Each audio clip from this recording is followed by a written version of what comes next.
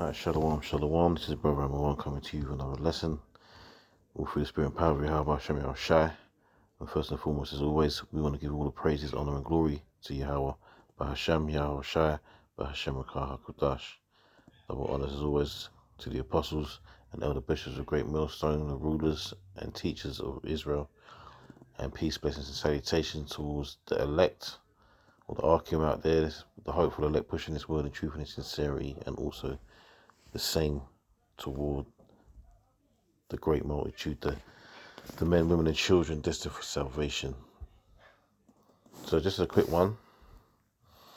As you can see, the title there says share of non-cash payments in Russia hits 80%. The country has been among the fastest in the world in the move away from cash. So as you can see, more, this is going to we're going to keep talking about this. Repetition is the way at the moment when it comes to the scriptures, man, because we're in the times where the prophecies are, coming to pass, or at least building up, towards that, those end time main prophecies, man. So as you can, and a lot of people talking about Russia this, Russia that, like Russia are separate from the rest of Edom, man. They're just the same. They're all part of the whole. It's called a new world order for a reason, because the whole world, and especially the major nations, are involved in it. So, there's no surprise there. You have China's already moving China's probably the closest moving towards this NWO that we've seen so far, man, with their social credit system set up and everything, and the way that the people are under rule over there, man. And Russia's gonna follow suit just like everywhere else, man. It says the share of cashless transactions in Russia has surged to 80%, up from just 25% a decade ago. So just that short space of time, it's jumped. What's that? 55%, man. It says the head of Bank of Russia, Elvira Nabulina, said on Saturday, and I've noticed one thing, just a side note, that a lot of these heads of the monetary systems at the moment are women, man.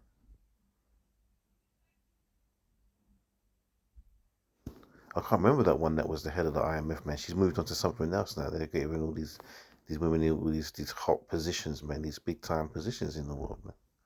Anyway, it says the share of non-cash payments is like a barometer for the assessment of maturity of state's financial system.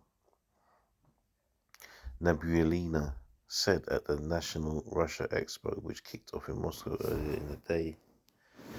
The share of cashless transactions in the country has been steadily increasing over the past several years. Last year, the central bank reported that 79% of people in Russia prefer to pay for goods and services using non-cash methods of payments. And it's not a preference, man. That's a lie. That's how they're building it up, man. Like, this is what the people want. Whereas these people have really no choice. Many shops and businesses now are refusing to take cash. They have the right to. It might, no matter what country you're in, it might be the legal tender, but the businesses still have the right to refuse cash, man. They have the right to do that. And as many places have been doing it now, people are more and more used to not using cash, so they deem it as a way of convenience to use the digital ways of payment, not understanding that the loss of cash is a loss of power, from what little power you have anyway in the society, man. So it's not a preference at all, man. It's just the choices that you're left with, and then people start to get used to it, and all of a sudden now it's easier, and they don't want to go back to the old ways. So it says the figure was hovering around 70% in the second quarter of 2020, according to the regulator. In 2021, Russia's largest lender, Sberbank, stated that the share of non-cash spending among Russians surged to 59.4% in the first 3 months of the year, an all-time high. Earlier this year, the first deputy chairman of the Bank of Russia, and here we go again, this proves my point, Olga Skorobogatova, said the EU and the US have been copying the Russian experience in creating their own payment solutions. So you see, another woman in charge of the money system, man. It says, in 2020, a ranking issued by the Boston Consulting Group placed Russia among the top 5 in the world in terms of the speed of transaction to non-cash payments during the C-19 pandemic, and that was a major player in the move towards this this cashless. And look, what's the point of this? This is all to get to that chip, man. So lucky if you can hear the noise in the background, man. That's my brother's dog. He won't shut up. But so lucky if you can hear that. You know how it is, man. We're here trying to do this thing. There's always something trying to, intercept the word, man. But like I was saying, man, that C-19 that the so-called pandemic was one of their major tools towards pushing us closer towards this NWO, man. It says analysts at BCG calculated the net change in consumer cash payments based on the proportion of consumers who used cash more frequently during the pandemic minus the percentage of consumers who used it less. So there's no point getting into the numbers, but you get the point. And this is on the rise, man. We know that they have the CBDCs ready to be set in motion. It's all about timing for Esau, It's all about timing, man. It's all about putting the pieces together at the right time, using the right crisis, pushing people in the right direction in order for them to accept, because they need people to accept this to a degree, at the beginning at least. Right? They're not going to stand. They're going to just try to force everyone into taking it per se. It's going to be a process. Esau always runs with a process, man. A gradual process. Is gradualism. He knows that works a treat. So let's just get a couple of scriptures, man. You know the drill. But let's start here, man. It says Psalms 2:1. It says, "Why do the heathen rage and the people imagine a vain thing?" Right? Because it's vain what they're imagining. They're thinking they're going to be able to get control of the whole earth, man. They've been given it. Job 9:21. They've been given it, but they're not going to get to keep it. That's the difference. It says the kings of the earth set themselves, and the rulers take counsel together against the Lord and against his anointed, which are, the elect, man, which are, we have the 144,000, and we have that great multitude destined for salvation also, man. Right? So this is all against, the scriptures when it talks about taking that mark, man. Right? That's that. If the other nations take it, the condemnation does not come upon them as though it comes as the same way it comes upon Israel, man. This is verse 3 says, "Let us break their banners asunder and cast away their cords from us. He that sitteth in the heavens shall laugh. The Lord shall have them in derision." So the Lord is laughing because right now, they're scurrying around trying to, put the pieces together, trying to build up this infrastructure, thinking that they're going to actually get away with it. But Yahweh Shem Shai has got other plans, and it's a game to the Lord, really, when you think about it, because he's allowing them to keep moving forward with these plans, thinking that they're going to actually get away with it.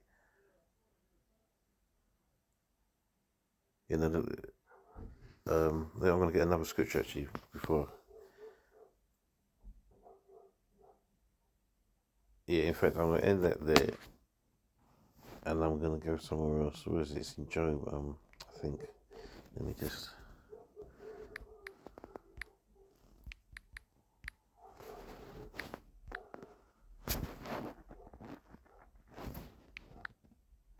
See, sometimes it's spelled differently.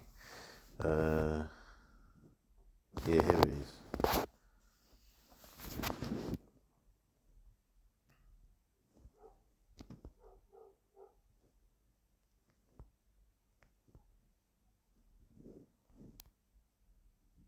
And you know, to get to the point. So Job 20 and 22 says, in the fullness of his sufficiency, he shall be in straits.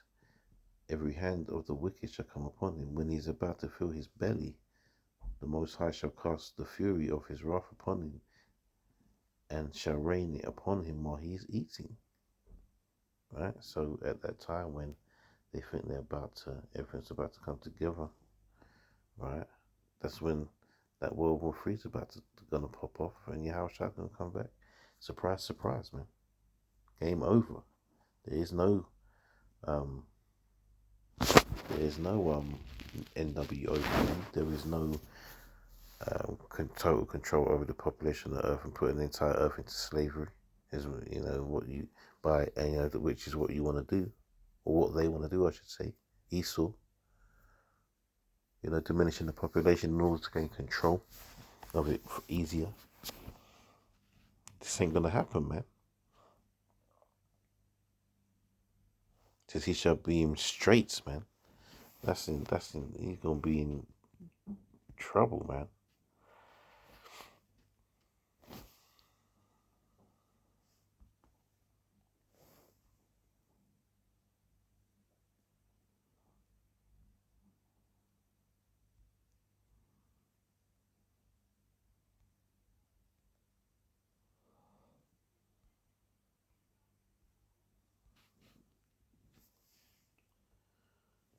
So what am I looking for?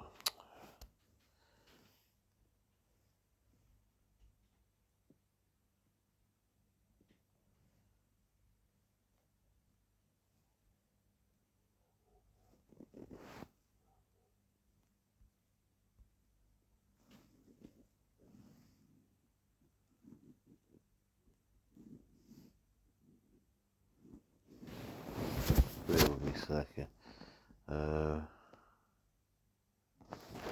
Let me just cheat. Hold on.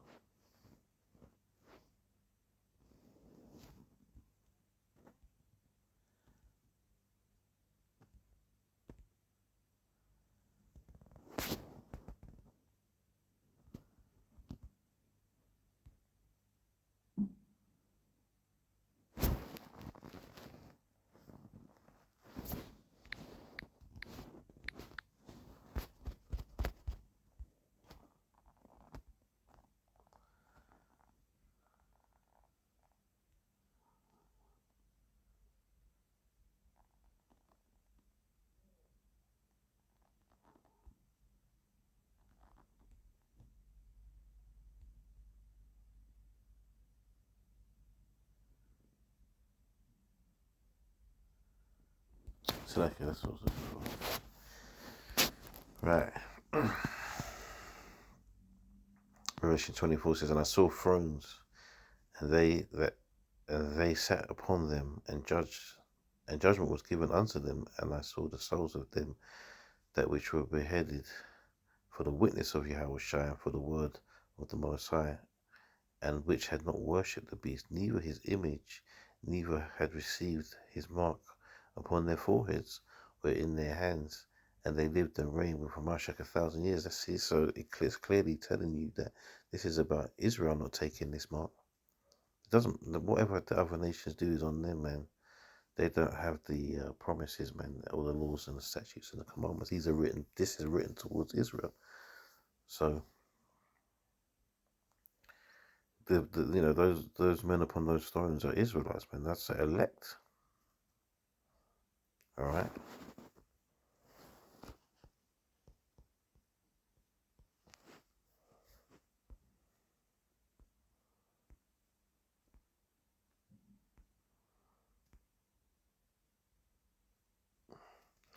Revelation 14:9 says, and the third angel followed them, saying with a loud voice, if any man worship the beast and his image, and receive his mark in his forehead or in his hand, the same shall drink of the wine of the wrath of the Most High, which is poured out without mixture into the cup of his indignation, meaning that that's that strength, the dregs, man, the strongness of that wine, which is metaphorical, man.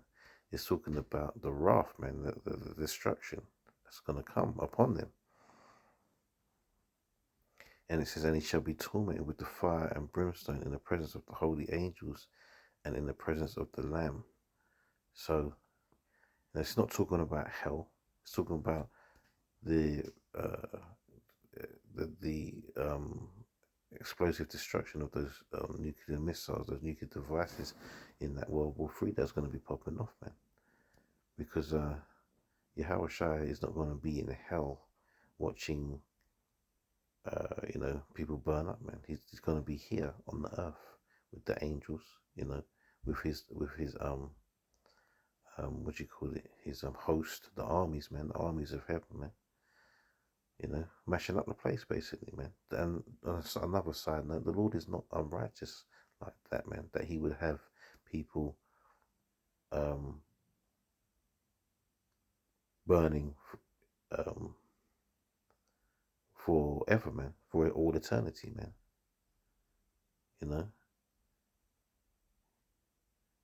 He's a what's the word I'm looking for? It's in the scripture, but I can't remember how it goes now. But he's a man of balance, man. That would be unrighteous. That wouldn't be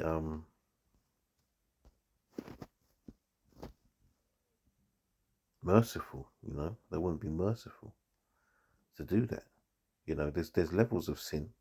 Not every man has sins the same. Some sin. Sin is sin at the end of the day. Don't get me wrong. I'm not trying to quit and say that one sin is not as bad as another. Sin is a sin, but still, there's still levels, man. You can go through life, doing things. There's level to wickedness, man. You could be a small time thief, or you could be a mass murderer, man. They're not on the same. They're not on the same level, because you have two separate judgments for those, and guarantee the judgment for the murder would be worse than the judgment for the theft. So it wouldn't be right to have people burning up in hell for all eternity. Is the point I'm trying to make. Verse 11 says, and the smoke of their torment ascendeth up forever and ever, and they have no rest day or night, who worship the beast and his image, and whosoever receiveth the mark of his name. And this is why these Christians don't get it, man, because they don't understand that. There's other scriptures that refute hell and tell you where the place of judgment is. Right? Anyway, last one, man. Let's get to the point here. Revelation 13:16 says, and he calls it all, and that he is a man called Esau, Edom, right?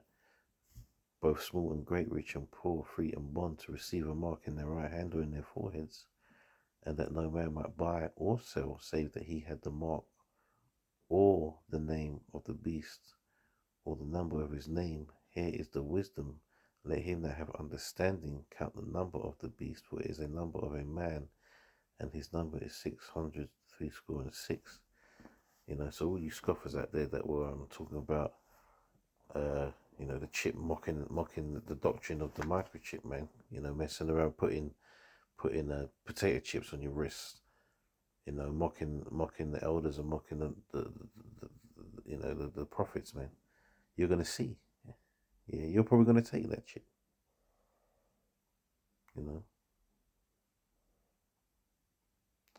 The elder Yeshua said through the Spirit, the Dallas camp said through the Spirit, that next year might be the year of the destructions. I'm paraphrasing, the destruction of the scoffers, man.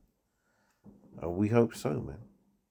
That's one of the things we're waiting for, man, because we've been out, talking about this thing, teaching this word. People scoffing and scorning and mocking. That's to your detriment, man. Anyway, Lord willing, this was Edify. I'll finish by giving all praises, honor, and glory to Yahweh Hashem, Yahweh Shai, Bahashem, Rakahakudash. And I'll say shalom to the next one. Shalom.